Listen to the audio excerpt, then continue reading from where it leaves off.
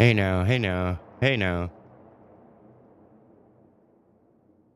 hey now.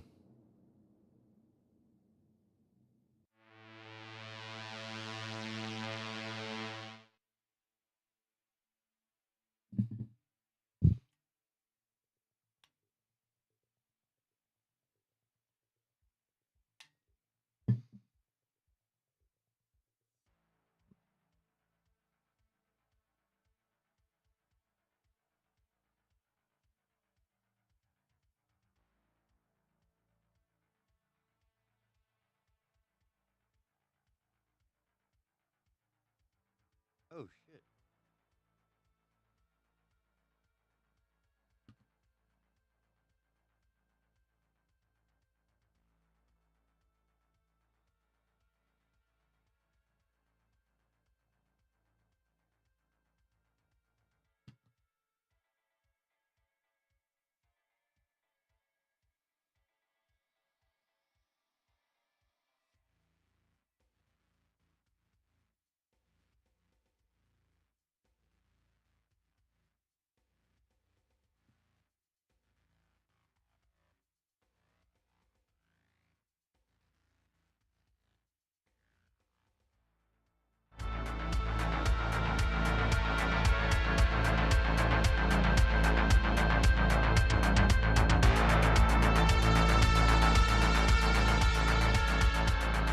Hey, welcome back to the Asylum, your refuge in a world gone mad, right here on the Big Talker Network.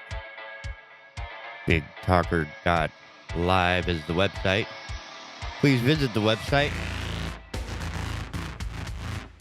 Download the app for Android and iOS devices. Pair that smart device with your automobile's entertainment system and take the Big Talker anywhere and everywhere you need to be, whether you want to be there or not.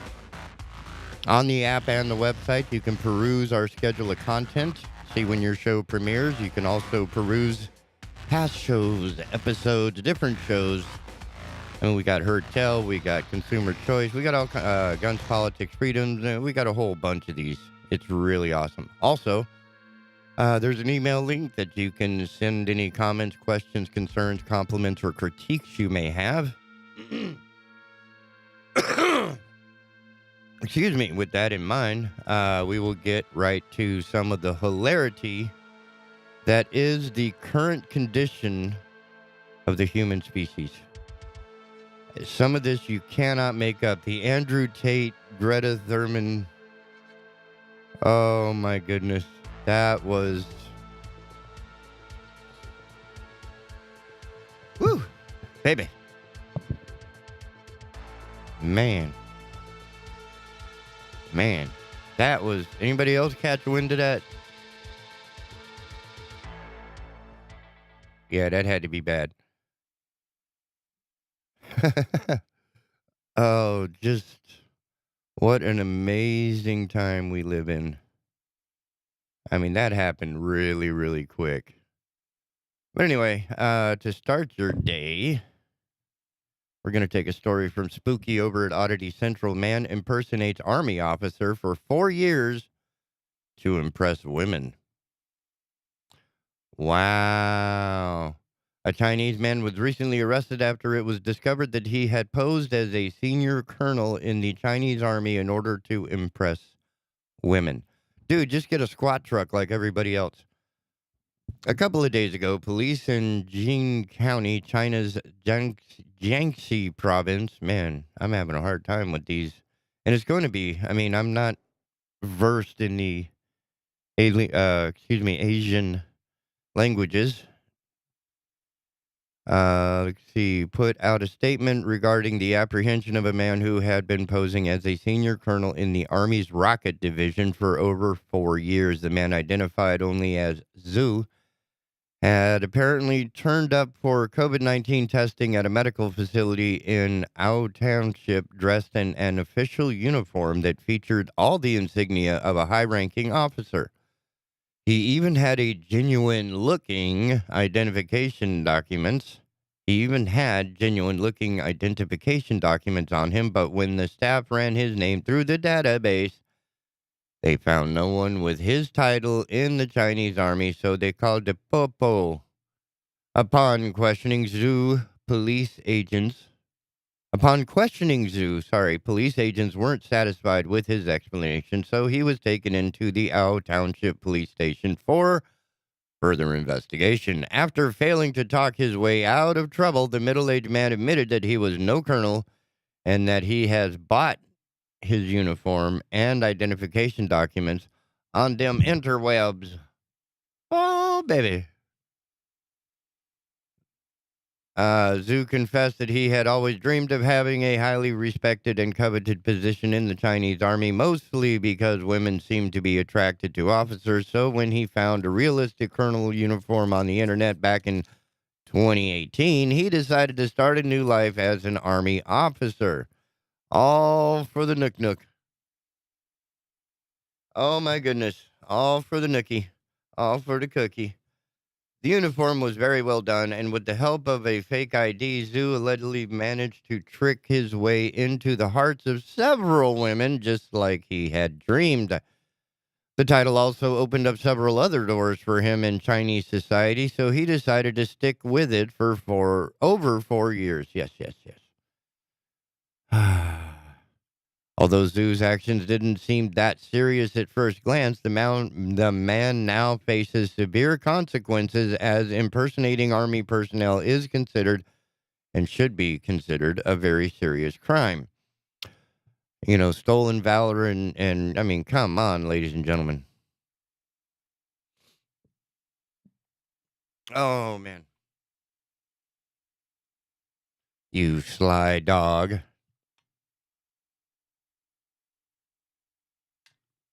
But I get it, man. With as blurred out as your face is, I'm guessing you're not going to get him on your own. But, I mean, well, I don't know if an army officer is the first choice for a fake career, right? But a friend of mine was at one time kind of wooed by a fake special ops, black ops guy. Turned out it was all anyway. Let's see. We have more fun stuff. Oh, this is going to be fun. So I have to go with Conrad on this, Keith Conrad. Don't get so drunk. This is the headline of the story we're about to read. Don't get so drunk you need hospital during ambulance strike. UK health. Don't get so drunk you need hospital. Oh, see, they have a different way of referring to hospital. They don't use any article, definitive or infinite, whatever the other one is. Don't get so drunk you need to go to the hospital during an ambulance strike, UK health official says. Keith's comment is, I mean, this is probably pretty good advice all the time. UK ambulance workers were striking on Wednesday over pay disputes. This is coming written by Emma O'Gile from ABC News. ABC News. Triple letter. Stop that. I don't want to see it. London. Brits have been urged to drink responsibly and avoid risky activities during pre-Christmas celebrations to avoid. Oh, so this applies for the whole month. To avoid trips to the emergency room as thousands of ambulance workers take strike action over pay disputes. There is no doubt that the NHS is facing extreme pressure and industrial action. Is facing extreme pressure and industrial action will add to the already record demand we are seeing on urgent and emergency care, said NHS Medical Director Professor Stephen Powis. He added that the public can help in several ways, including drinking responsibly to ease strain on emergency services. Speaking on BBC Radio, Powis said, "Don't get so drunk that you end up with an unnecessary visit to A&E, which is their equivalent of ER. Over 10,000 emergency workers and NHS staff across England and Wales are expected to partake in 2 days of industrial action over ongoing pay disputes. The strikes are part of Britain's most significant wave of industrial action in a generation, with mail workers, rail workers, barristers, and other public service workers all holding walkouts this winter, demanding pay raises in line with inflation. On health grounds alone, it is clear we have entered dangerous territory, says Matthew Taylor, chief executive of the NHS Confederation. There is now deep worry among NHS leaders about the level of harm and risk that could occur to patients tomorrow and beyond. Nurses in Scotland also said on Wednesday that they will announce dates for strike action in 2023 after 82% of members of the Royal College of Nursing overwhelmingly rejected the Scottish government's pay offer. Oh, critical incidents have been declared by ambulance and hospital trusts across the country, allowing the services to prioritize those who are most in need. Our service is under unprecedented pressure, said Stephen Segasby, Chief Operating Officer of the Northeast Ambulance Service, one of the 8 NHS trusts declaring critical incidents. Declaring a critical incident means we can focus our resources on those patients most in need and communicates the pressure we are under. Sigsbee also, it's got to be right. Sigsbee added that the trust has been operating at its highest level of operational alert since the start of the month. Speaking at Liaison Committee on Tuesday, British Prime Minister Rishi Sunak defends NHS's pay offer, saying they've always been very clear in expressing my gratitude and admiration. I have always been very clear in expressing my gratitude and admiration for our NHS workers and indeed our public sector workers across the board. I've acknowledged it is difficult for everybody because inflation is where it is, and the best way to help them and help everyone else in the country is for us to get a grip and reduce inflation as quickly as possible. Brits have also been urged to exercise caution partaking in risky activities, including cycling and contact sports. If there is activity people are undertaking tomorrow, whether it's, for example, contact sport or other things, they want to review that, said Health Minister Will Quince, speaking on BBC 5 Live Radio. BBC Radio 5 Live. I'm just getting started on the coffee, and it's a long drive, so just work with me. The NHS has also urged the public to use services wisely at this time to ensure patients who need care the most get access to health care. There is no doubt that the NHS is facing extreme pressure, and industrial action will add to the already record demand we are seeing on urgent and emergency care, Powell said. He added NHS staff worked hard to minimize disruption, but it is inevitable, as with any industrial action, that we will see an impact on services. But it is vital if you need life-saving care to continue to come forward.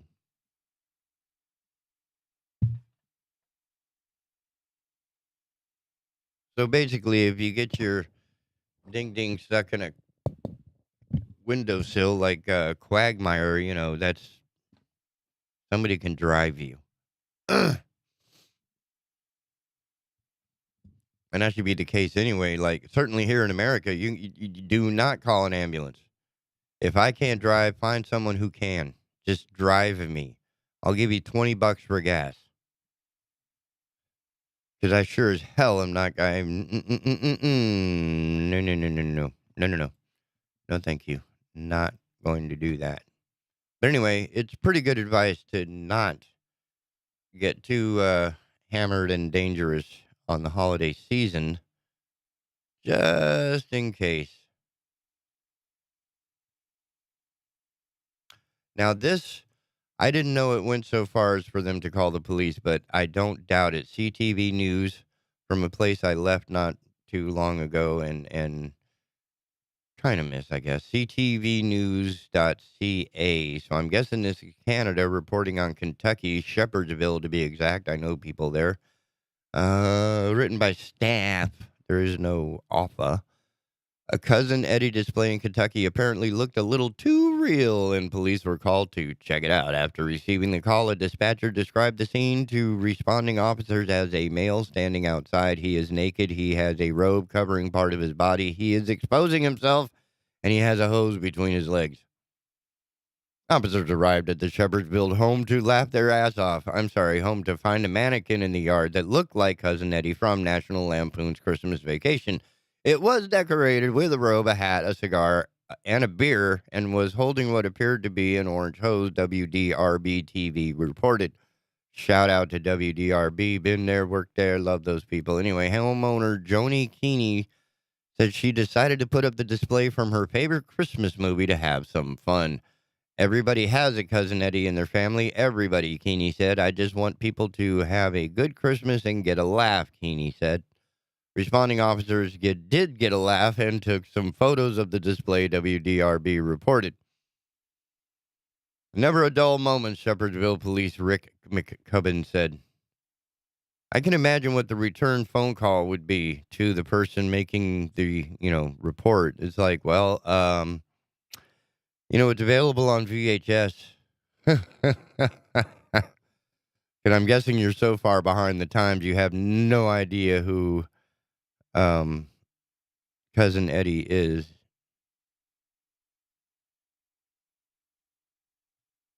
But that's just a sad statement on human affairs as it is.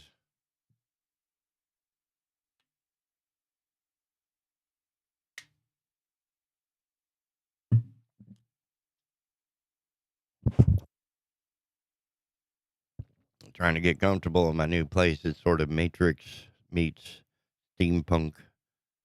It works. I mean, that's just for fun. It's my turn.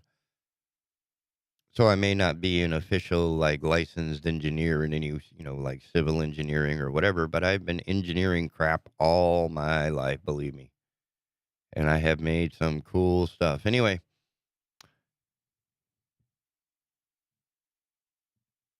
the engineering motto so far, as I've whittled it down, is basically make it work. Step 1, make it work. Step 2, make it better. Step 3, go to step 1. Make it work, make it better. Make it work, make it better. And that's sort of what we're doing here, or at least that's what I'm trying to do here. And come Monday, we're going to have a new arrangement, a new set of things, new arrangements, new focus, etc., etc. So it'll start out a little slow, I promise. I know it's going to start out a little slow because we're going to lose the Big Talker moniker, umbrella, and support infrastructure, sponsors, etc. However, we will continue to move forward as a new platform in new places. Excuse me. One of it has already been mentioned on here, and I may include that link. Right here. Yeah, because I can do that in real time.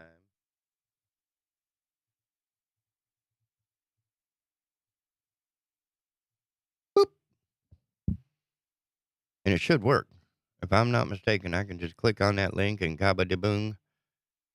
It'll be appearing over on this channel, in which case you can click over on the live button, and boom, there is the live material coming right at you. Oh man, it's. I love this new generation of technology, man. You guys are just. Anyway, making it work and making it better is sort of where we're at, and moving forward, we're going to take that working infrastructure and build upon it. And we're going to focus on the creative community. We're going to have more artists and less, we're going to have artists, dancers, filmmakers, musicians, all kinds of arts and creative, camera guys, just all kinds of, interesting people we're going to be interviewing and bringing on the show, and sort of making more people aware of what's going on around us so that we have a better idea, of the human beauty behind our community. Because those are the people that make the pedals, they're the ones who turn the machine, right?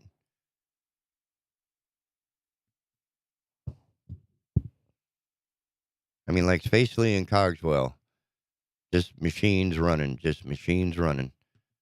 And it doesn't matter what your groove is, whatever the hustle is, You're still part of the game, part of the race, part of the process.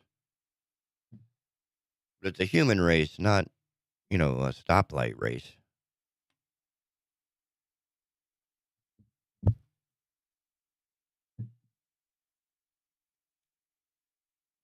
We're going to have calendars of events from different places, different museums, different galleries, different performative venues. We're going to have people that will curate that so we have their awareness, right? They're in the community. This is what they're doing.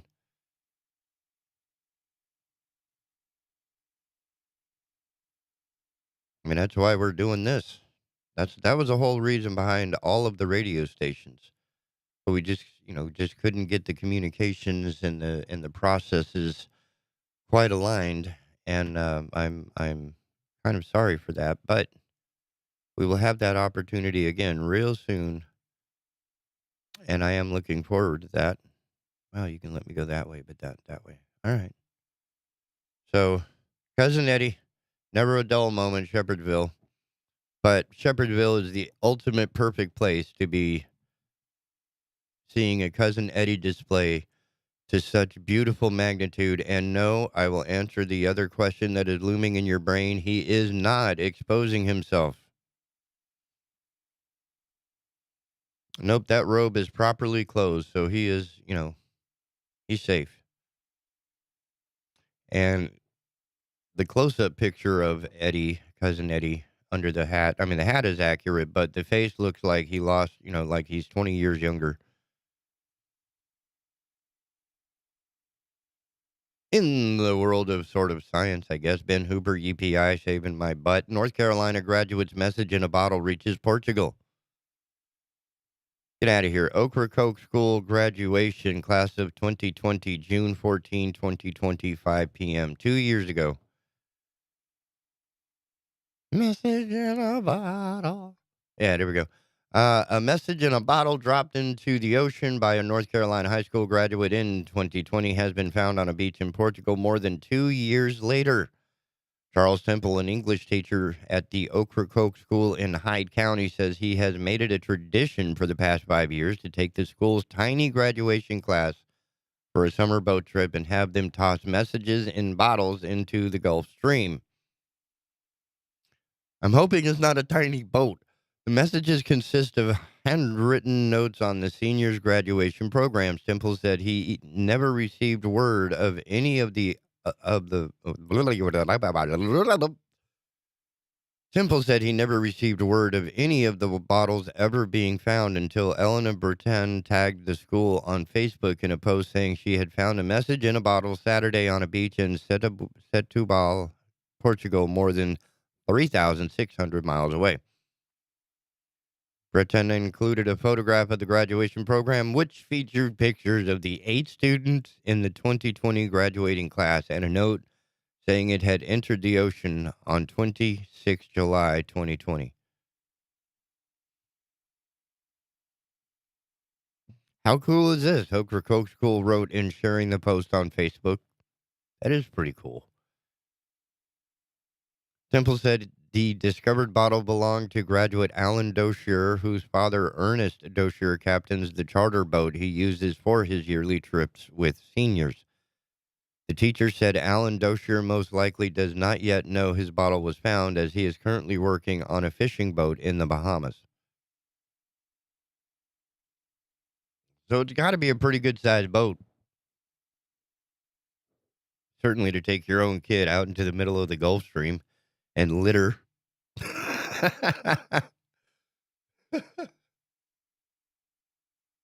But that is a remarkably small graduating class. Let's see, 8 students in the 2020 graduating class.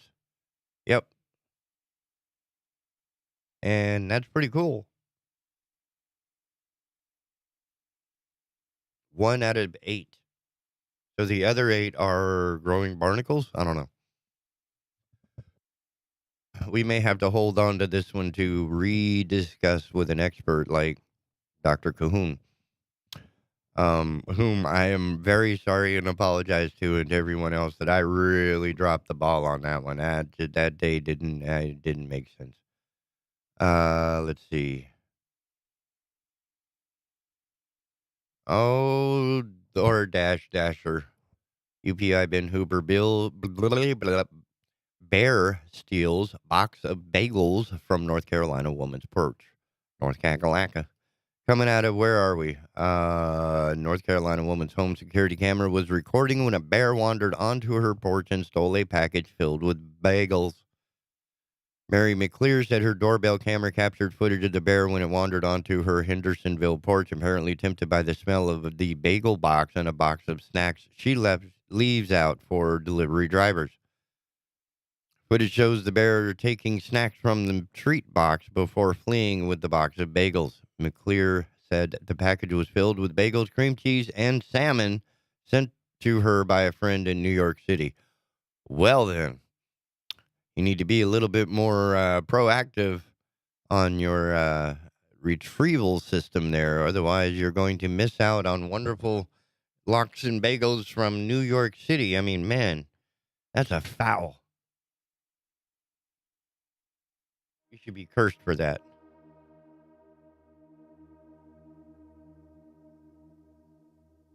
Did I just miss it? I must have. Well, I tell you what, ladies and gentlemen. 1, 2, 3. Do your thing, man. Do your thing.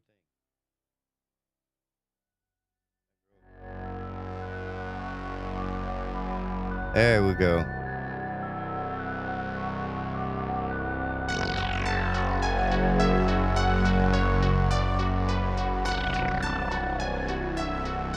Yes, that means we're about to take a break. Updated news and weather. Some sponsors that have been supporting us, and I must thank them profusely from the bottom of my heart, literally. You have kept me fed for 2 years now, and that's huge. I can't thank you enough. All right, so with that in mind, we are going to take a break and be right back after these messages and stuff. So don't go nowhere. It's the Asylum, your refuge in a world gone mad. We'll be right back.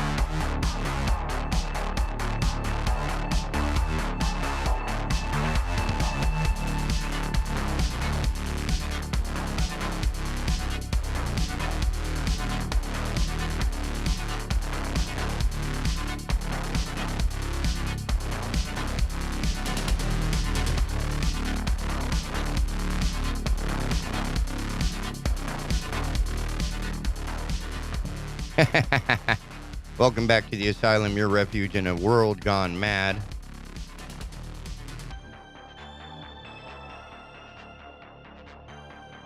Here on the Big Talker Network, bigtalker.live. Website is bigtalker.live. Download the app for the Android and iOS devices. Pair the smart device with your automobile's entertainment system to take the Big Talker anywhere and anywhere you need to be, whether you want to be there or not. You can also peruse our schedule of content and, see when your favorite show is premiering, as well as, any shows we've done in the past. There's also an email link for any comments, questions, concerns, compliments, or critiques you may have. Station cannot improve without your help. Internet radio station in the 21st century is a whole new way to go, and it's pretty happening. We can put video with it. Yeah, it's pretty happening. I like it. Anyway, that's why I'm here. Because I like it. Let's see. Oi. Now, here's somebody with some sense. I like this. 2023 is going into 2023, we got some highlights, baby. This Greta Thunberg knockout is absolutely hilarious, but this is even better. Yahoo.com, Miles Klee, Florida dominatrix demands taxpayer-funded dungeon for spanking. Stand by. You're going to love this. It gets so much better.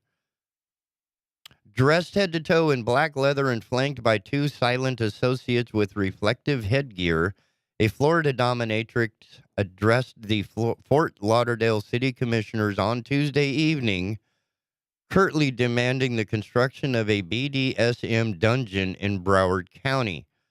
Good evening, council people, she began. You may call me mistress. You cannot make this stuff up. Lord. Oh my God. All right. While the meeting was focused on approval of a $1 million yard waste management contract for the city, the woman, introduced as Miss Crave and later reported to be pulling a publicity stunt for a nightclub about to open nearby, turned discussion to the need for a clandestine kink venue serving doms and subs in the area. She proposed that municipal leaders take, quote, a quarter of that mill, unquote, to fund the project. Crave declared herself neutral to the measure under review, but noted, I do, however, find it interesting that you will spend almost $1 million to hide your secrets down the drain, hiding that condom I know you used to cheat on your spouse with. Whew. She says it out loud. The desired dungeon, Crave said, would be created for us, by us, the taxpayers and voting citizens. Closing her brief remarks with one gloved hand raised, she cautioned, do not let this glamorous look distract you from doing your duty to take my demand. I look forward to spanking each and every single one of you at the new esteemed dungeon. You are dismissed.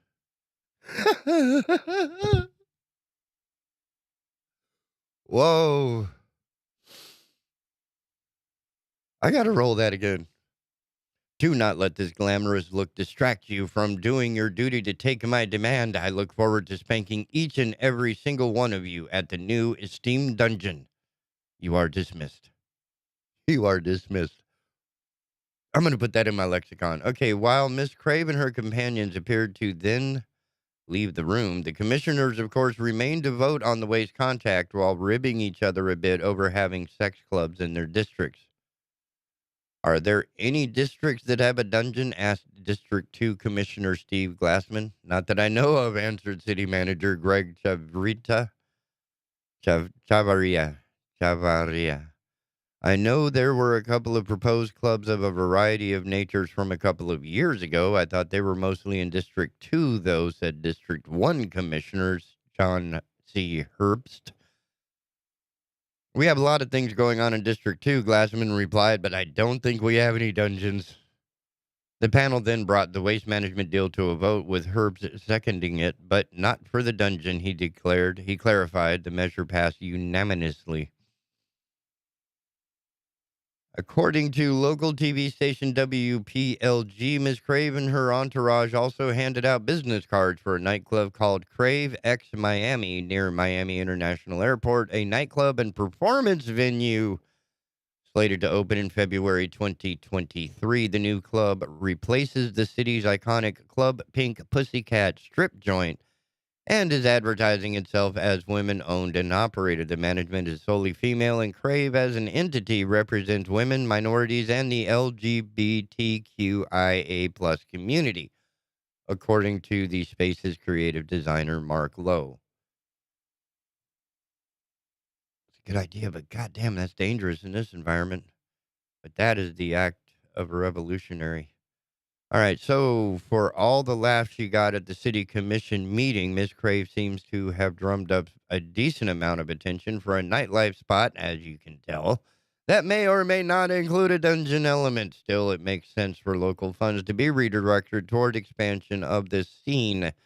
As the commissioners themselves admitted, the county is sadly lacking in sex-positive small businesses where citizens can explore their taboo fantasies in a safe and healthy manner. Why withhold money from the arts and culture community? Sure, cleaning up yard waste is important, but you can't put a price on local flavor. Either way, those local officials could be getting those spankings sooner than they think, maybe even at the ballot box. Huh. It depends on what kind of, support they would have for this. But that is absolutely hilarious, don't you think?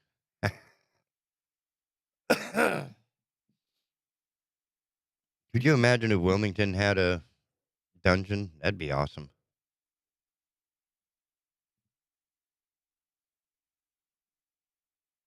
For some reason, when I think of dungeon, though, I'm thinking of that. I think it was actually Ramstein in the Blade movie, and it might have been the first one, or Triple X might have been It's one of those movies where they've got just a massive underground hardcore Ramstein type band playing, and it's just absolutely crazy. With all the decadence and slam dancing and stuff. Well, maybe I'm just sort of blending the two in my head to sort of. Anyway, but to mand it, that's pretty bizarre. Yeah. I'm wondering if she shouldn't face some sort of, like, you're wasting our time with your performance art. This is not the place for it. You do.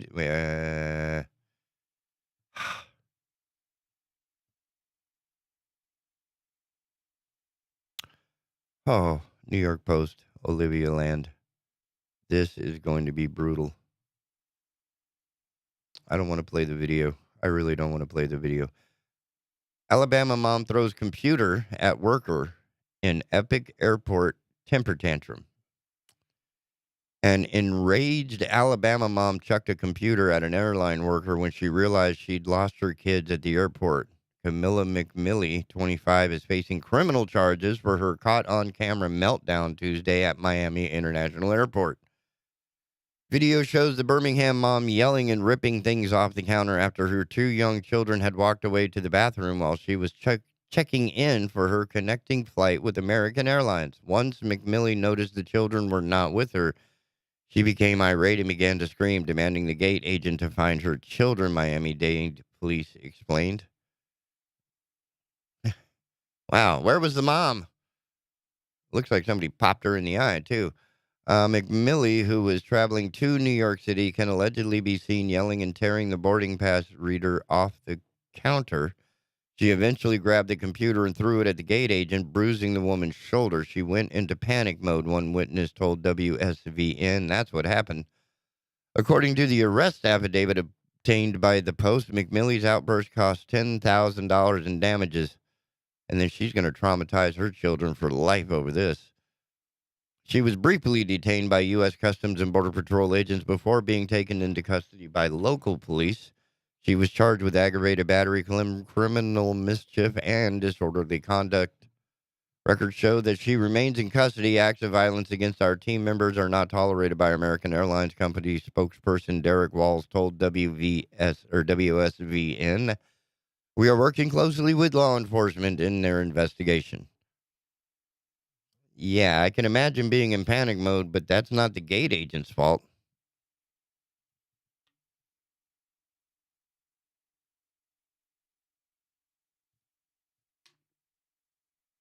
I don't know, man. Hang on a second. I'm just going to get a drink.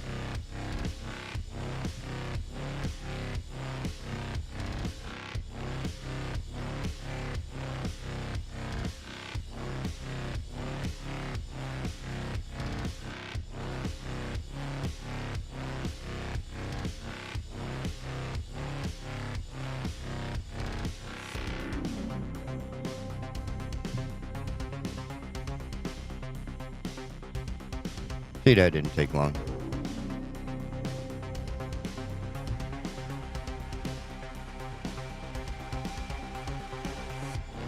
Hmm.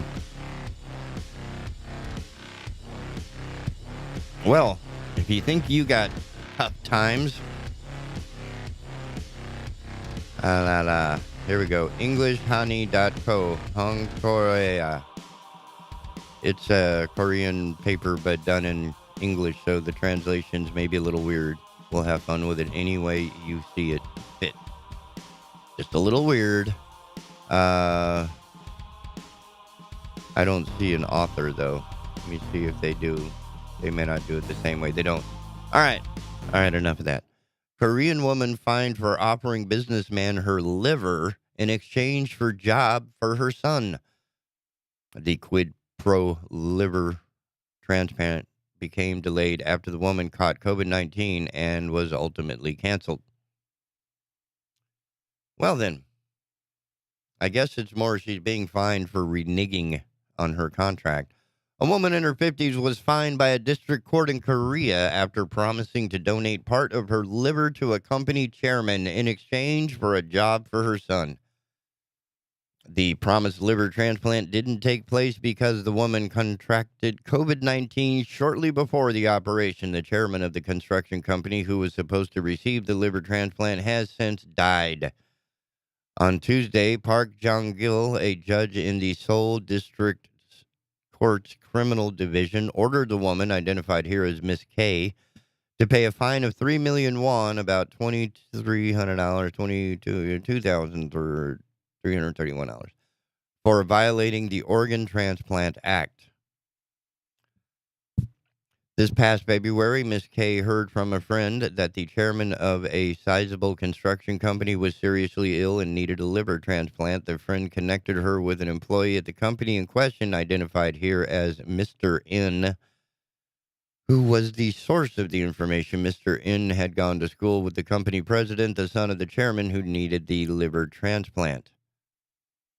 In a meeting with Mr. N, Kay said she was willing to donate her liver in exchange for 100 million won, $77,000 in American money, and a job for her son at the construction company. The chairman's son agreed to those terms. On March 7, Miss Kay entered a hospital in Seoul to be tested prior to the organ transfer. She pretended to be the daughter-in-law of the chairman who was supposed to receive the transplant. A week later, Miss Kay was approved as an organ donor by the National Institute of Organ Tissue and Blood Management. But after being admitted to the hospital for the transplant, she was diagnosed with COVID-19, which caused the operation to be delayed. But as Miss Kay's hospital stay dragged on, a nurse found Miss Kay's relationship with her caregiver suspicious and reported her to the relevant bodies for organ trafficking. As a result, or we go. As a result, the surgery was canceled while the investigation and trial were underway. The construction company chairman, who had been waiting for the liver transplant, eventually passed away in July. The sale of human organs is strictly prohibited under Korea's current law. The Organ Transplant Act mandates punishment for anyone who promises to give or receive financial gain or any other compensation in exchange for an organ, or who aids or abets another in doing so. When Miss Kay stood before the court, she asked for leniency on the grounds that she hadn't known she was breaking the law. I thought my son would be able to get a job if the operation was a success. I also got greedy because they promised to give me money, she reportedly said during the trial. Mr. N, who had arranged the organ sale, said, said he took a personal interest in the matter because it concerned the father, the chairman of the childhood friend, the company president. The court sentenced Miss K to pay a fine of 3 million won and gave Mr. N and another individual as her accomplices a 6-month prison sentence, suspended for 2 years, and a 1-year prison sentence, respectively. Wow. Organ removal and transplant is strictly prohibited by law in light of the fact that it can undermine public health and endanger the health and lives of both the donor and the recipient when conducted illegally. Since the defendant's actions are in violation of this, they cannot avoid punishment under criminal law, the court said. Ah.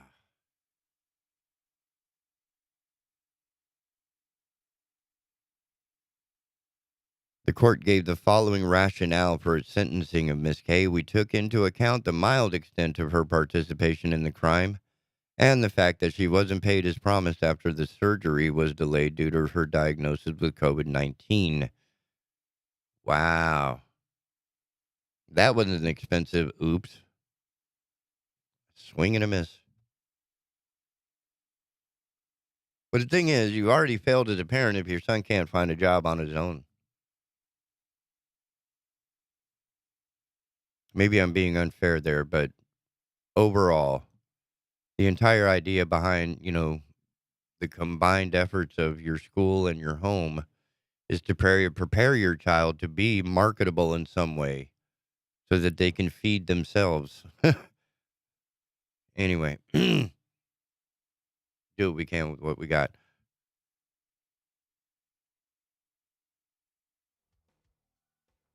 Hey, I tell you what. Yeah, we're going to take a bit of a break. And when we come back, we're going to have a blast with some more fun news stories. All right. So we'll see you in just a minute. Don't go nowhere.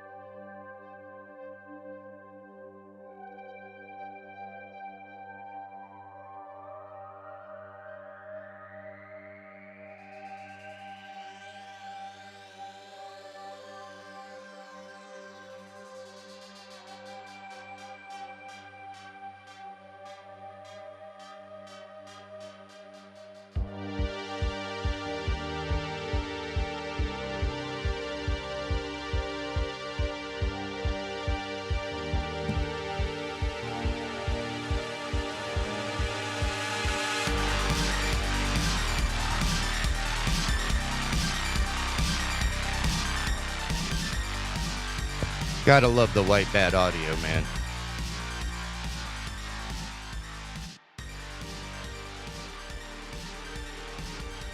I really appreciate their saving my butt. Welcome back to the Asylum, your refuge in a world gone mad, right here on the Big Talker Network. BigTalker.live is the website. Download the app for the Android and iOS devices, where you can, on either platform, website or on the app, peruse our schedule of content, find when your favorite show is premiering. You can listen live, just like you're doing now. I don't know how you're doing it otherwise. But that's how it works. Ooh, man, I got some good timing, but I still have more to say.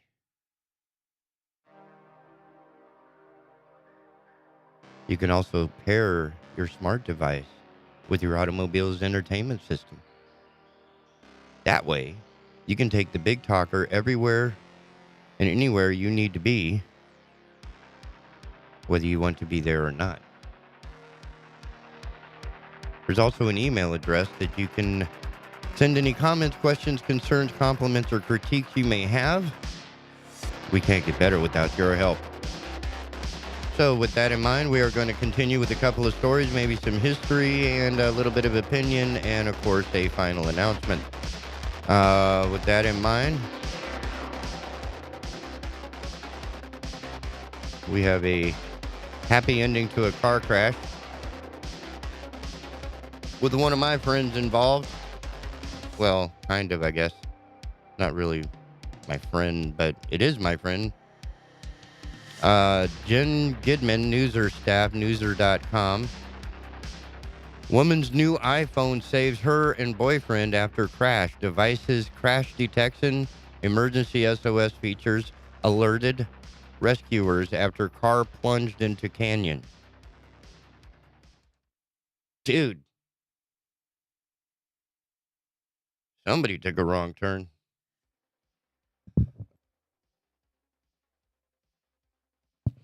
The new iPhone 14 debuted in September, boasting such perks as a new dual camera system, better battery life, and a 5-core GPU for smoother graphics while gaming. But it's the device's crash detection and emergency SOS features that Chloe Fields is grateful for after she and her boyfriend survived a terrifying car crash in California's Angeles National Forest.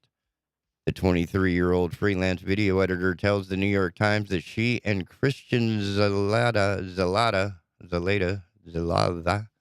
24, went for a drive on December 13 and were headed home to Glendale when a woman in a white Mercedes started tailgating and blasting her horn at them on the 2-lane Angeles Crest Highway running through the National Forest. Fields says Zalata tried to pull over to let the other vehicle pass, but their car skidded on some loose gravel and ended up plunging over the side of the highway. Their Hyundai Elantra fell 300 feet into the forest's Monkey Canyon, hitting a couple of trees on the way down and landing upside down next to a stream. Fields tells the Washington Post the fall took about 15 seconds, during which she started hyperventilating while Zalata kept repeating, "We're okay." Amazingly, once the car had landed, the pair discovered they weren't seriously injured, and they climbed out of the car and found Fields' phone in the dirt. There was no cell service, so they couldn't call 911, but there was no need because the device's crash detection feature had already alerted authorities that they'd been in an accident. Fields was then able to trigger the phone's emergency SOS feature, which can connect with emergency responders via satellite. Within 30 minutes, authorities had the couple's latitude and longitude and had found them in the canyon. Go iPhone. Fields and Zalata were then airlifted to a local hospital, suffering only bruises, cuts, and sore necks from the accident. Sergeant John Gilbert of the Los Angeles County Sheriff's Department tells the New York Times, "It's a miracle they survived, and we're normally dealing with a fatality whenever other cars have fallen into that canyon. Without any of that technology, we wouldn't have been alerted to the fact that they had gone over the side of the mountain, and nobody would have known to look for them," he tells the Los Angeles Times, adding that even though the couple escaped the crash itself with minor injuries, They were facing a frigid night in the canyon with possible hypothermia looming if they weren't found. The Los Angeles Times notes that the emergency SOS service is free for 2 years after a customer purchases the iPhone 14 or iPhone 14 Pro. So technology, man, it's good for your health. Right? That's a good way to look at it. What else do we have going on? I mean, I know my phone won't, but, that should be part of the OS, but because all the phones have an accelerometer or wouldn't know that you picked it up. That's what the accelerometer is there for. So if it suddenly, receives accelerometer information that spikes to the extreme, it would say, hey, something's wrong here. I should call the popo, the ambulance, the 911. Hey, we're screwed. And they can do it sort of along the air tag concept that, even if you're in the middle of nowhere, if there's other airphone, well, it's never mind. It's its own network that piggybacks on the network of everything else, and it just looks for other AirTags or iPhones or whatever. That's how the Find My stuff works. And boy, has it come in handy more than once.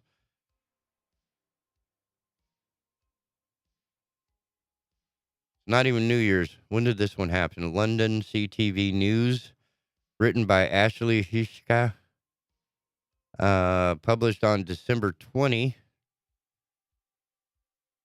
Man arrested after attempting to fight a tree, according to police. Oh, where is this happening? I guess somewhere in London. In what was probably a losing battle from the beginning for one Sarnia man, Huron County OPP made an arrest last week after police found a man trying to fight a tree while allegedly intoxicated. Ooh, intoxicated. See, when they do this, they can't say drunk because it may not necessarily be alcohol, right? I mean, we've seen some whacked meth. Anyway, according to a tweet from OPP West Region, a 39-year-old man from Sarnia was arrested by Huron County OPP after police found him intoxicated and attempting to fight a tree on William Street in South Huron on December 15. Yes, you read that correctly, OPP said on Twitter. The man received a public intoxication ticket and was held overnight in order to sober up. That is hilariously. I'm going to take on a tree. That's almost like the Knights of Knee. Oh, anyway. Do what you can with what you got. Holy cow, trying to fight a tree. Oh, wow. Yes, you read that correctly. Man arrested attempting to fight a tree. Now,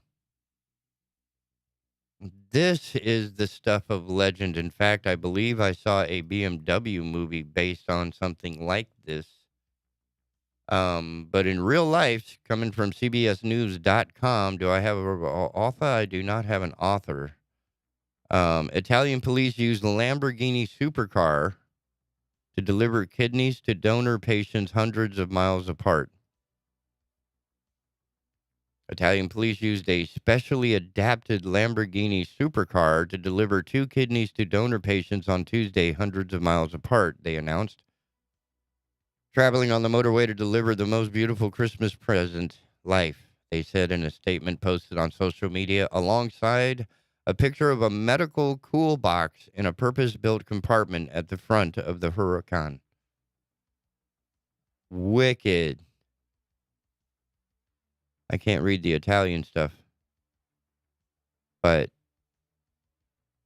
thanks to the state's police's special Father Christmas, 2 people have received the gift of a kidney, the police wrote on Facebook. The organs were driven from Padua in Italy's northeast to hospitals in Modena and then Rome. Police said they hope the 2 patients and their families will have a happier and more peaceful Christmas. The Lamborghini Huracan, which has a top speed of 300 kilometers per hour, which is about $1.90, and the capacity to go from 0 to 100 in 3.2. That's like 0 to 60, more or less, in 3.2 seconds. It was a 2017 gift to the police from the luxury car maker. It was It was assigned to highway patrol in Bologna, northern Italy, for use in both normal police operations and the urgent transport of blood and organs. That's nice.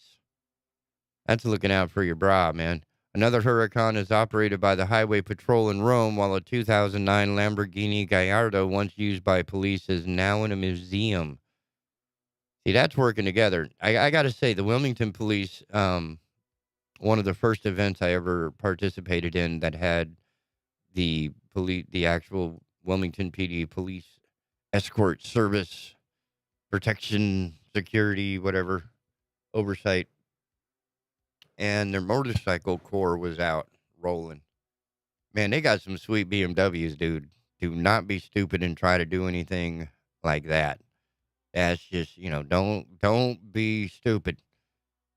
Those BMWs, those things man, they're like little fucking traffic rockets, little darts. This date in history, that would be December 30, if I'm not mistaken. Yes, yes, yes.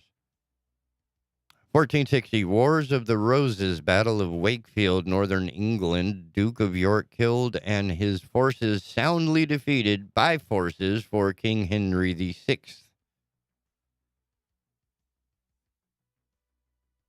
1703, Tokyo hit by earthquake. About 37,000 people die. In 1906, the All India Muslim League is founded in Dhaka, East Bengal, British India Empire.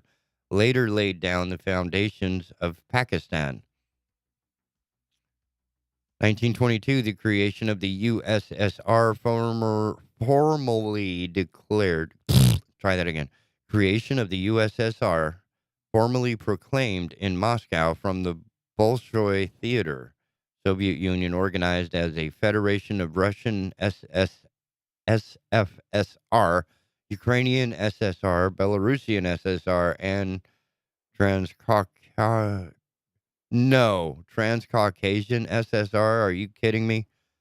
1924, astronomer Edwin Hubble formally announces existence of other galactic systems at meeting of the American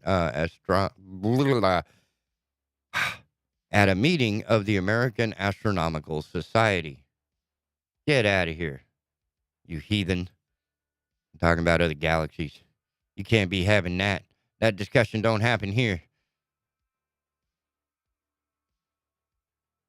Hello, my precious. Come on. I know you can do it. I know you can. I know you can. There we go. Good girl. All right. Well, that was fun.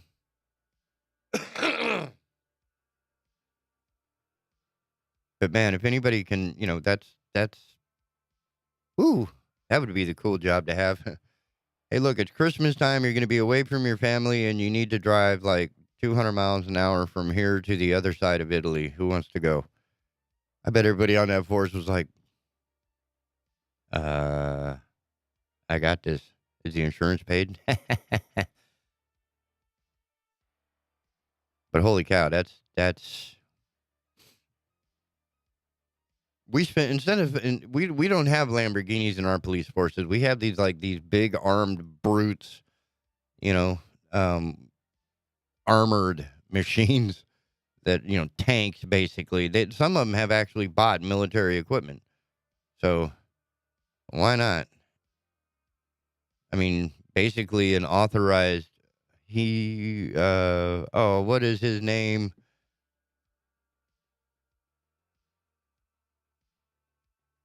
Oh, the guy who Meyer, I believe is his name, where he ran over everything with a home built killdozer, armored bulldozer, because he had just got screwed. And he was like, well, I'm going out. I'm taking y'all with me. I mean, I can't understand your particular crazy, but I can understand your devotion to it. Otherwise, I wouldn't be here doing radio.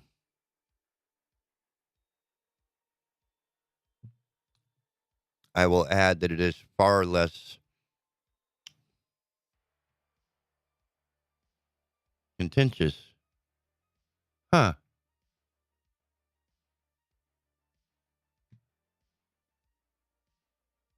Huh. That's really wild.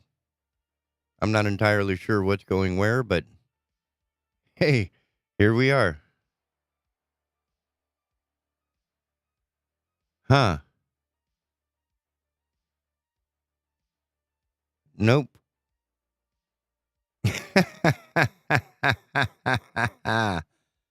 That is absolutely hilarious.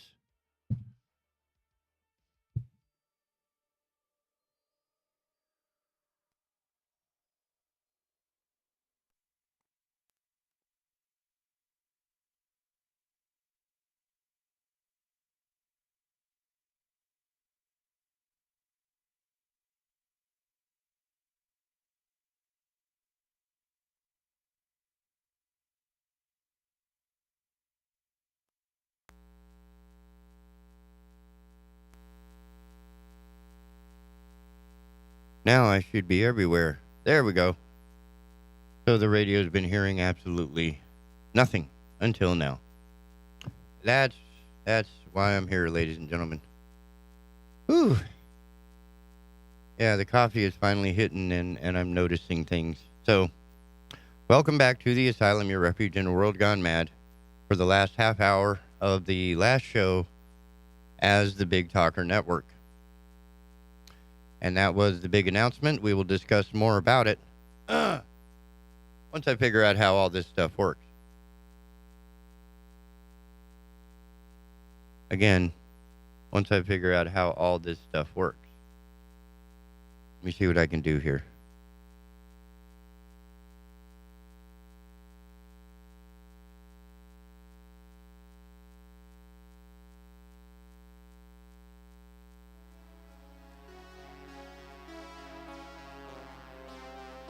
Yeah. All right, ladies and gentlemen, the Asylum, your refuge in a world gone mad.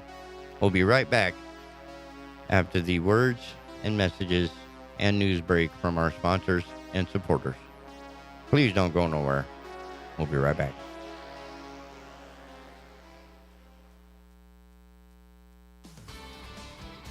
Hello, I'm Matt Bennett with WWAY News.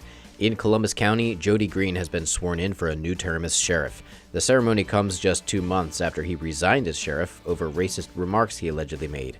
He stayed on the ballot, though, and was re-elected in November. He was initially scheduled to be sworn in on December 5th, but election protesters filed 2 petitions against the results. The resulting legal challenges led to his swearing in being put off until yesterday. Despite the allegations of racist remarks, Green says he's not looking to favor one group over another. Yesterday, District Attorney John David filed a second petition for Green's removal and permanent disqualification from the office of Columbus County Sheriff. Green was served those documents by a State Bureau of Investigation agent. For many, New Year's Eve is a night of celebration with friends and family. If your plan is to have a night out on the town, Wilmington police say they want you to do it safely. WPD says if you plan on drinking on New Year's Eve, don't get behind the wheel of a vehicle. Police Chief Donnie Williams says there will be more officers on the streets looking for people who decide to drink and drive or celebrate in a way that breaks laws or puts people at risk. A 3-month renovation project at the Wrightsville Beach boating access area is set to begin next month. According to the North Carolina Wildlife Resources Commission, 2 of the 5 ramps should be available for use during construction, but parking will be limited. There may be times, though, where a full closure is necessary due to safety concerns. And a local man is running around Wilmington for a good cause, and he's doing it backwards. Tracy McCullen is running 100 miles backwards to raise money for the Community Boys and Girls Club of Wilmington. He's looking to raise $100,000 to help the organization build the Optimism Oasis, which will include a track and field space in the Wilmington area.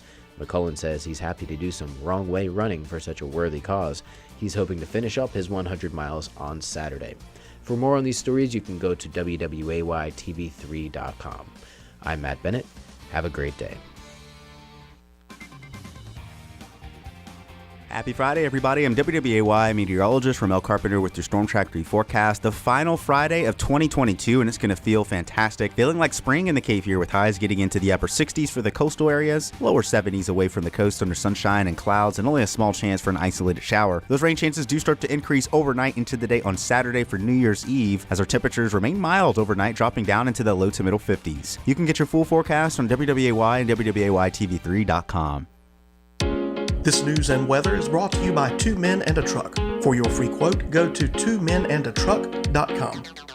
twomenandatruck.com. This week on Living Fit After 50, we're joined by doctor and pharmacist Rachel Gregg, who will be discussing her holistic approach to wellness, as well as supplementation for those over 50.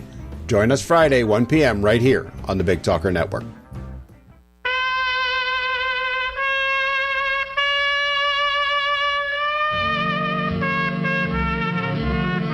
MusicRewind.com sprinkles Stardust by Artie Shaw on this essential 3-CD collection of 72 unforgettable instrumental hits.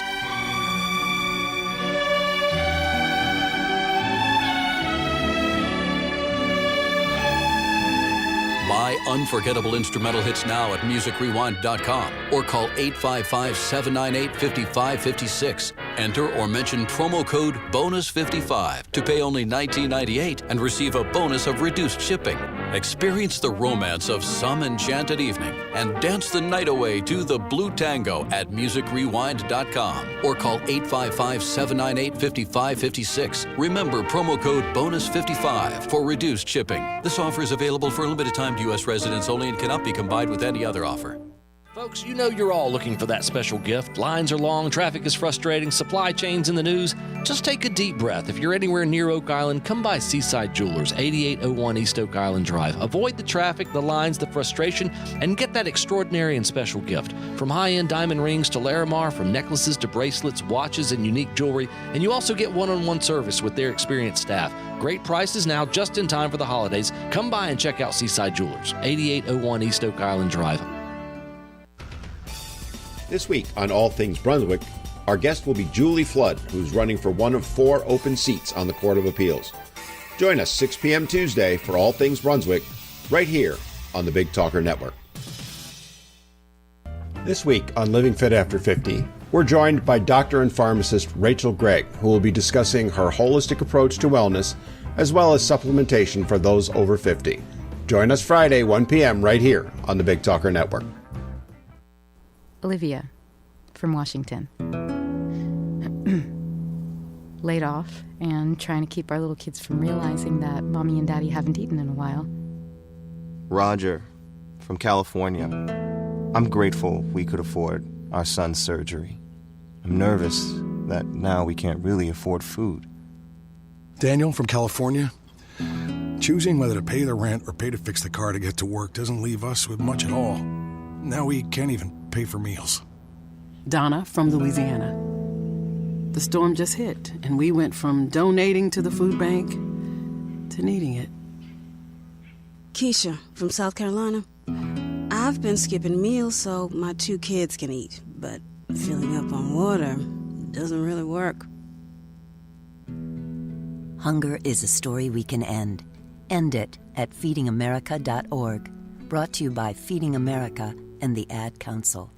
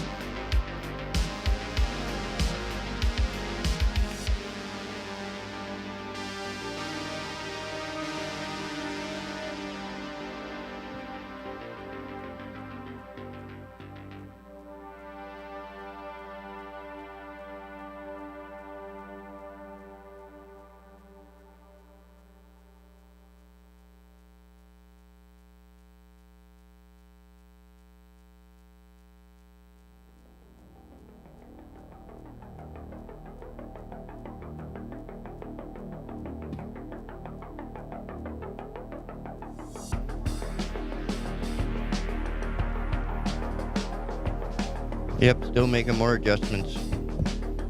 Taking breaks when I need them. It's my mental health. That's my new phrase. It's my mental health, not yours. So the big announcement for the final show of the year, the last show of the year, is also the final show of the Asylum on Big Talker Network. In fact, it's the last live show on the Big Talker Network. I am, everything else is going to run as proper through Sunday, December 31st, until midnight. At the beginning of January 1st, 2023, the Big Talker will officially be dark.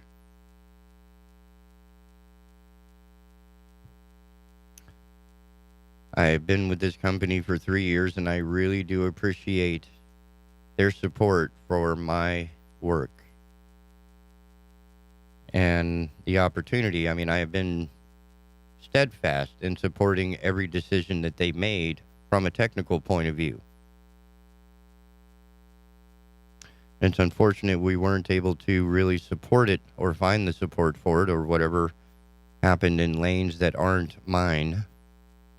I am very grateful I was given the opportunity to explore the technology and develop what I currently have in front of me. I also really want to express a sincere gratitude for allowing me to continue with the equipment necessary to start a new idea supporting our creative community. The arts, the sculptures, the dance, the movies, the music, everything. Because we have an incredible creative community right here in town. And I know that if we can get some attention and, some awareness, I think we can build something out of it that really supports what we're doing here in the community. Because making films doesn't happen in a vacuum. And getting involved in community events such as the First Saturday Pancake Breakfast are being made more accessible.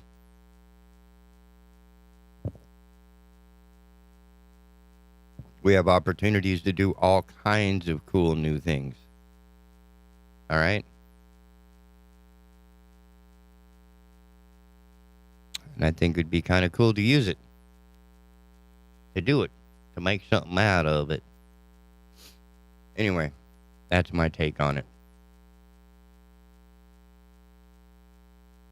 So this 3 years has been almost like an in-the-fire college education. Before we lost the transmitter, I had to learn a lot about the transmitter because it was still our transmitter, kind of. So I had to learn about it really fast because I hadn't worked with RF in a very, very long time and only had rudimentary understanding of it.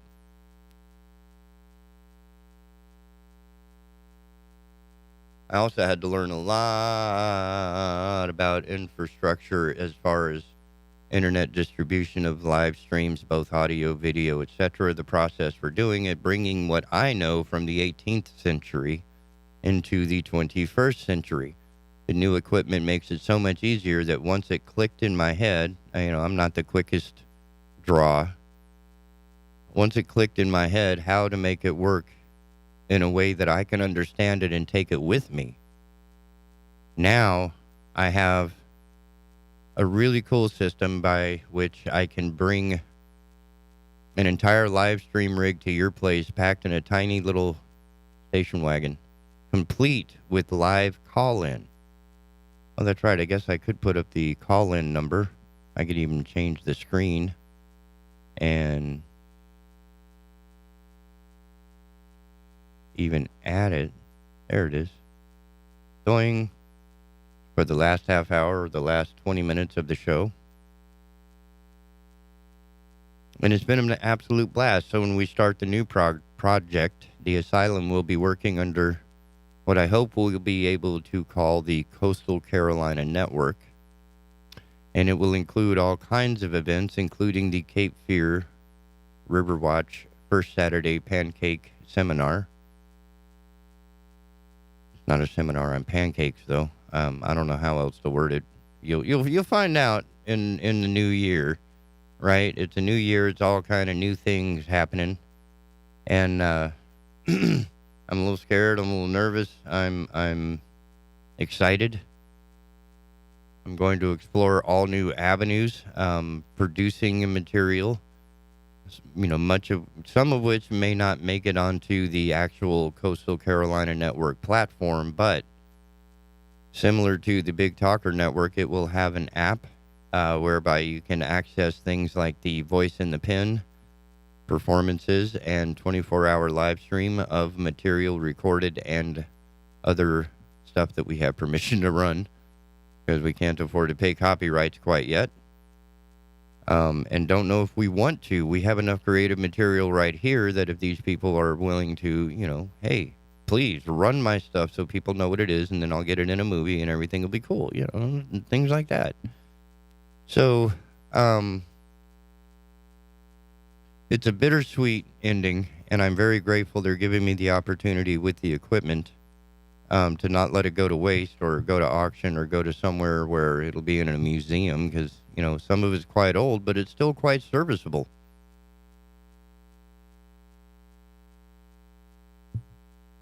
And the way it's hobbled together in its current condition, it looks like something out of the Matrix. Right? Remember the operator station in the Matrix? It was just a complete mess of crap just kind of strung together. This is the Nebuchadnezzar, I'll say that, all right? Do not be surprised. That's what engineering is about. Again, make it work, make it better. Those are the two things you have to do as an engineer. Make it work, make it better. That's your job. Make it work, make it better. Let's see. And where else do we need to go? So, if you need podcasting or video blogging services, whether you want to pre-record or live stream it, let me know. We also do events. If you want somebody else to run sound and just give me the sound mix that you want for your stream, or we can do that as well, up to 24 channels of input in case you have to run a band or have a panel with a whole bunch of people that you're going to have arguing all over the place. And we offer all kind of weird and goofy services.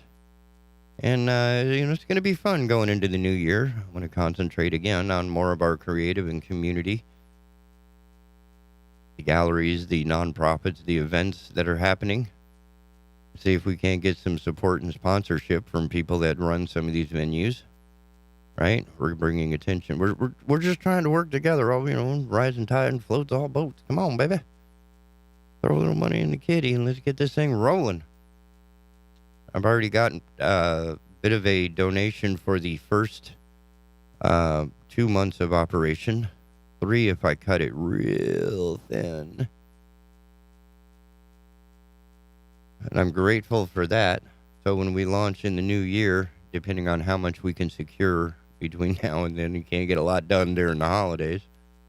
But yeah, we're going to close the doors to the Big Talker on December 31st at midnight.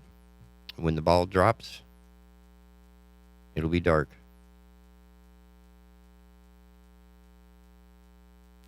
Just want to prepare you for it. But the Asylum will continue on the address shown on the chat room. And I'm sure we'll be working on a new way to promote it, perform it, get it out there on the platforms, get more places to put it, and, get pretty excited about it. Get involved, get on top of it. Because there's a lot of really good people in this community that know exactly what they're doing, and they do it very, very well. You do not know who they are. I want to introduce you to those people. Right? And there are issues that face our community that are not as politically charged as one would think, but certainly issues that need to be addressed. And we have people, my preference is to talk to the people who have solutions in mind. It may not be the perfect solution. It may not be the ultimate solution, but at least they are trying. And they are making a difference as well. That's the important part, baby steps, right? I mean, well, anything that helps stop the bleeding is a good thing. And that's, if you want to take it to the extreme, that's one way to put it into words. So, those people need to be exposed. They need to be brought forward. They need to be, humanized. They need to be, what's the word? Brought to the consciousness. They need to be elevated, nominated, or whatever you want to call it. They need to be brought out. Shout out. One of them I can remember by name is Dr. Thomas Dalton of the Eden Village Project, which is a tiny home village aimed at basically helping the homeless situation here in the Cape Fear area. Don't even know if you know about it, but we're going to have a lot of information from them. I think we're going to work on like every 2 weeks, and we'll have a good update interview with one of the folks from the, I don't know which one it'll be. It may not be the same one every week, because it's an organization really trying to fight a problem. Well, not fight. I don't want to use that word.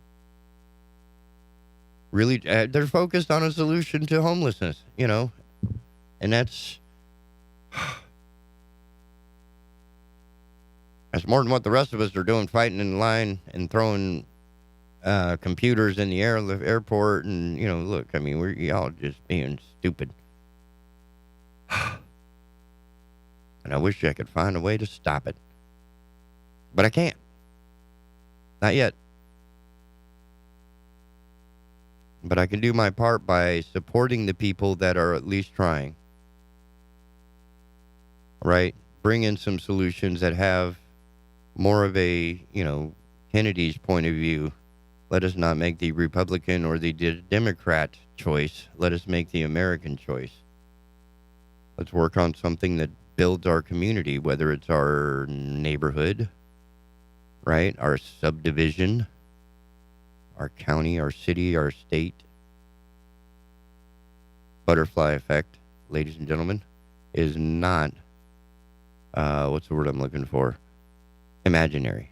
It's a real thing, man. And you're going to have to deal with it. That's all there is to it. Sorry to say. But not all is lost.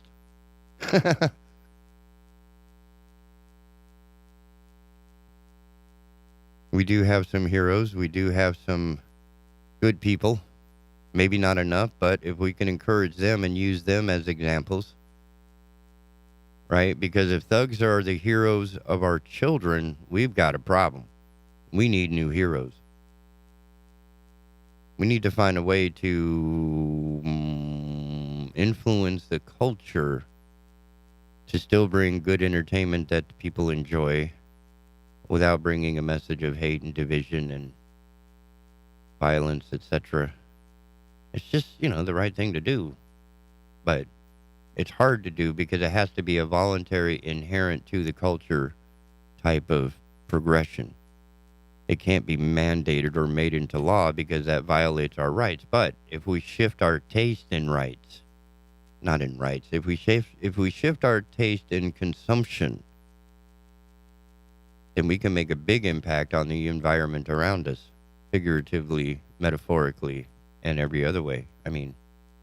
Just think about it. If we had more of our stuff together,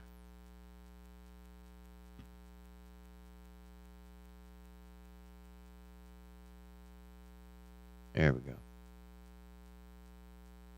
Oh, not you. It's so hard to tame a computer once it's been programmed. It really is. I had it just right. And then it blew up on me. But anyway, that's part of the beauty of programming. I can have the machines do stuff for me while I do other stuff, but the problem is I need to concentrate on all of this. So coming into the new year, I should have a mix of co-hosts as we grow the show some more. to include members of the community so that I have people that know the community who can talk to the people in the community, bring them on the show, and promote their material, promote their promote their organization, promote their art, promote their performance, that sort of thing. Because we do have a very prolific creative community, and it's just in my nature to try and promote, certainly bring attention to those types of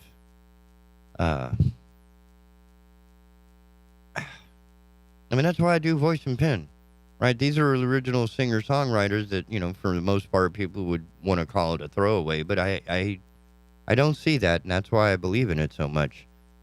That this is a legitimate outlet. It's an encouraged outlet for expressing the human condition, right? It's like a poetry reading with music. And I'm okay with that decision, or with that description, because that sort of outlines exactly what it is I'm trying to do with it. All of that is an expression. That's what I want to do with Coastal Carolina Network. I want it to be basically a continuing, rolling history of snapshot by snapshot of the human condition as we grow and express, because some of the movies here are going to be a great cross-section of what's going on across the nation, across the planet, because it involves things from people across the planet. And I will say it again, Cucaloris is one of the greatest explorations of international entertainment that you will ever find, without having to leave the planet, or rather the country. Because it's right here in North Carolina, right here on the coast in Wilmington, North Carolina. I got to see a fantastic French flick. Thank goodness it had subtitles. And it was absolutely hilarious. Smoking causes coughing. I would have never been exposed to something like that had it not been for an amazing event such as that brings in so much as far as tourism in the off season. Oh man, it's, come on people. There's a lot more that we could be doing than we are. And we should explore that. We should, not only question why, and we should also look at how we can design it so that the people that work and support these tourist ventures that bring in the people, bring in the traffic, bring in the money, quit fleecing the workers. Make arrangements so the workers have a good, safe, free access to parking,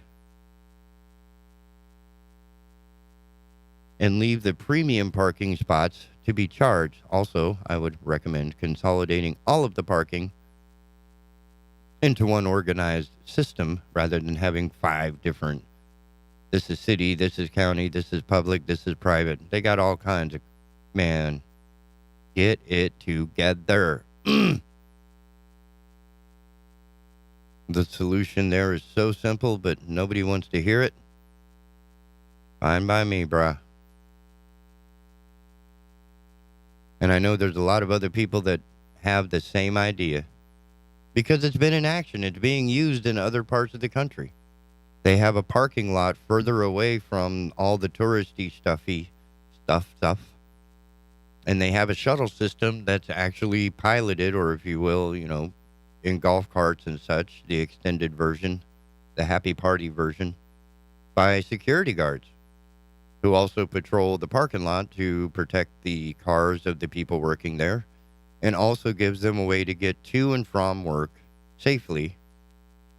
And then all the parking places that those cars would have been occupying throughout the island are not occupying paid parking from tourists and visitors. See how that works?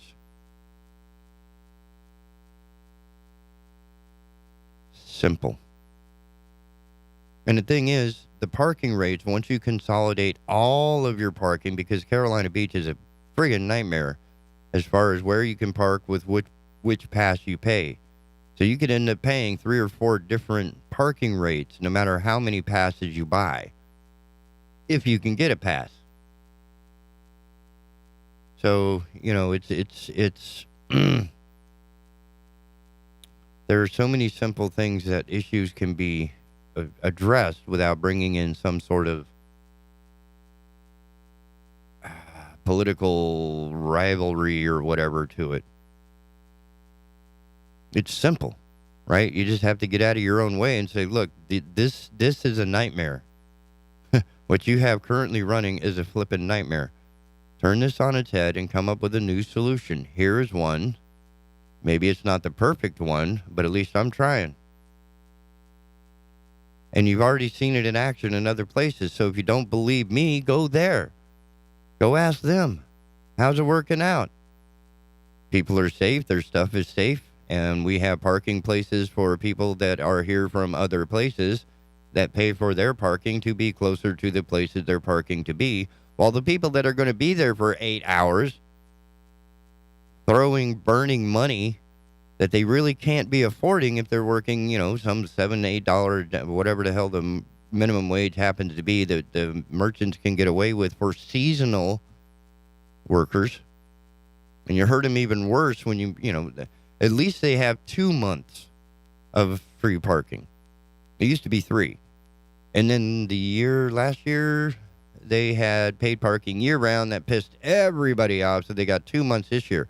I'm saying you can eliminate all of those problems by saying, look, the 3 months off, parking is free because you're not going to have enough between the tourists, the visitors, and the employees to occupy all of the parking that's in the places where people would want to park. Then, when the season ramps up in March, you open up the employee parking lot, and everybody who works on the island somewhere gets a little pass to bring a car and park it in the parking lot that's a million miles away from everything else, and then get shuttled to work. This way, all of your parking is continually patrolled, as well as the parking lot of the people who work on the island. Because those cars are going to be in the way for 8 hours at a time or however long their shifts are. So why not just put them over off to the side, out of the way, build a Stack-a-Shack type, stacked parking lot so you can put even more cars on a single spot, right? Get all your cars out of the way for the employees that are going to be there for hours on end and leave the other parking spots for the tourists. It'll alleviate so much congestion as well, because now you got employees doing the little round-around dance, looking for a damn parking spot, or they're clogging up the neighborhood, reaching out into a number of the neighbors that I've heard complain. I mean, this is just one issue that we could explore on the Big Talker, on the Asylum coming forward into the new year, and some of the things that we brought up as the Big Talker. So some things won't change so much. We still get pissed off at the stupid stuff.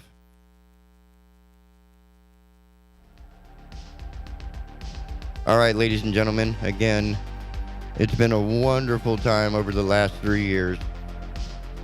And this is the Asylum tuning off, signing off of the Big Talker Network, and encouraging you to all visit the visit the Asylum over on YouTube at symbol TK Turbo X. And we will see you in the new year. Take care. Hello, I'm Matt Bennett with